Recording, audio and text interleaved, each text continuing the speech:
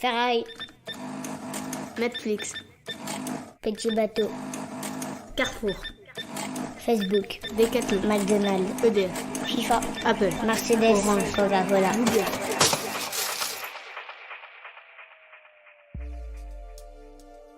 Bienvenue dans la saga des marques. Dans chaque épisode de ce nouveau podcast, nous décrypterons pour vous la saga d'une marque, ce qui explique son succès, ses rebonds. Décrypter les marques qui sont dans votre vie, c'est notre mission. Prendre du plaisir à comprendre l'économie ensemble. Oubliez les Lego, les Barbie en plastique hors de prix et tape à l'œil. Aujourd'hui, on vous parle d'Auxibul, une marque qui mise sur la simplicité, le bois et les couleurs primaires.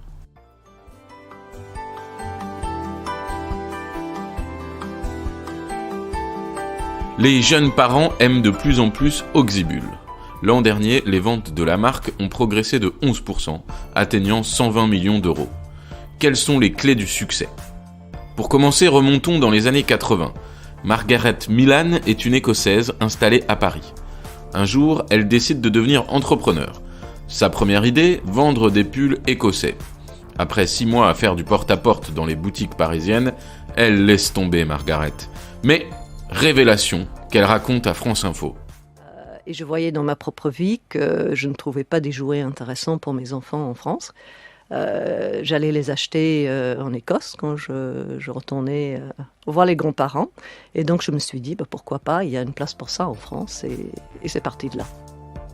En 1989, elle fonde Éveil et Jeux. La marque est une première fois fusionnée avec les magasins Fnac Junior en 2004. Et en 2010, ID Group rachète la chaîne et la renomme Auxibul. La nouvelle équipe supprime 25% des références et crée sa propre marque. À l'intérieur du catalogue, environ 2700 produits, loin des 10 000 proposés par les concurrents comme Toys R Us ou Jouet Club. Chaque jouet Auxibul doit remplir 3 critères.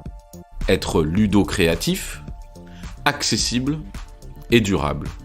Pas étonnant de retrouver des jeux Montessori, la fameuse méthode éducative. L'avantage des cadres d'habillage Montessori, c'est qu'ils décontextualisent l'activité de l'enfant qui a besoin de construire ou raffiner la motricité fine qu'il a. Et l'avantage de ces cadres, c'est qu'il y a une répétition courte, donc avec 3 boutons ou 3 velcro. Il y a le début, le milieu, la fin de l'activité assez courte qui permet de recommencer tout de suite autant de fois que l'enfant a envie sans avoir une attente de résultat. Auxibul met au point des marques talents, spécialisées et conçues pour développer les aptitudes de l'enfant. Il y en a 14. On retrouve Artibul pour l'éveil artistique, Trottibul pour le développement moteur, Energibul pour les jeux en plein air. Cette gamme représente d'ailleurs 30% du catalogue et génère 50% du chiffre d'affaires. L'autre force de la marque, c'est sa communauté de parents pilotes. Ils sont 2100 et ils testent tous les jouets. Donc, en tant que parent pilote, j'ai eu l'occasion et la chance de pouvoir tester le grand set de jardinage. Amandine, ayant découvert le jardinage avec son grand-père, mais ne pouvant pas toucher aux outils qui n'étaient pas adaptés à sa taille, a été très contente de pouvoir tester ce grand set de jardinage qui est bien adapté aux enfants et qui lui a permis de pouvoir imiter son grand-père. Grâce à ces remarques, commentaires, avis, c'est comme si les parents créaient eux-mêmes les jouets. Pratique, surtout que cela ne coûte rien à personne. Pas la peine de faire appel à des chefs de produits. Et les braves parents, on les retrouve aussi sur le site web d'Auxibul. Vous avez une question sur un jouet, posez-la sur le site et hop, un autre parent vous répondra, toujours gratuitement. Pour Catherine de Blicker, directrice générale d'Auxibul, l'intérêt d'être sur le web est de développer une communauté. Elle nous en parle. On est un petit peu malgré nous totalement omnicanal, vu qu'on fait 50% de notre chiffre d'affaires sur le web et dans nos magasins. Et tout ça s'exprime à travers la relation qu'on a avec nos parents, nos clients, et notre communauté de parents pilotes et notre communauté d'experts. Et l'accessibilité de la marque, aujourd'hui, 55% de notre offre est en dessous de 15 €. Et nous travaillons aussi sur nos marques talents, ce prix qui doit être 15% en dessous du prix du marché. Ainsi, 22% des achats en ligne sont retirés directement dans les 60 magasins. L'occasion de proposer aux clients quelques gadgets supplémentaires et de faire monter le chiffre d'affaires. Christophe, vendeur de la boutique rue de Courcelles, nous parle de cette stratégie. aussi un gros basculement des comportements d'achat sur le web.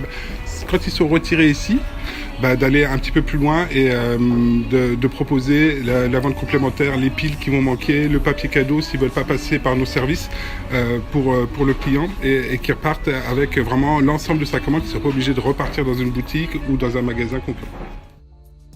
Mais il ne faut pas oublier que c'est l'enfant, le client roi. Et pour faire craquer papa ou maman, le mieux c'est toujours de tester les produits soi-même. Alors Auxibul met en place un ingénieux système. Et on développe aussi une accessibilité des produits. Donc on a une petite table de démonstration ici qui est vraiment positionnée en termes de hauteur pour eux. On a les modules bas qui sont faits pour eux, pour qu'ils puissent toucher. Et puis on a toutes les démonstrations au sol qui sont à 100% pour eux, quoi. Notre but, c'est de devenir le magasin préféré des enfants. Devenir le magasin préféré des enfants, Auxibul est en tout cas bien parti pour. En période de fête, un colis sort toutes les 10 secondes et 1600 commandes sont effectuées sur le web chaque heure.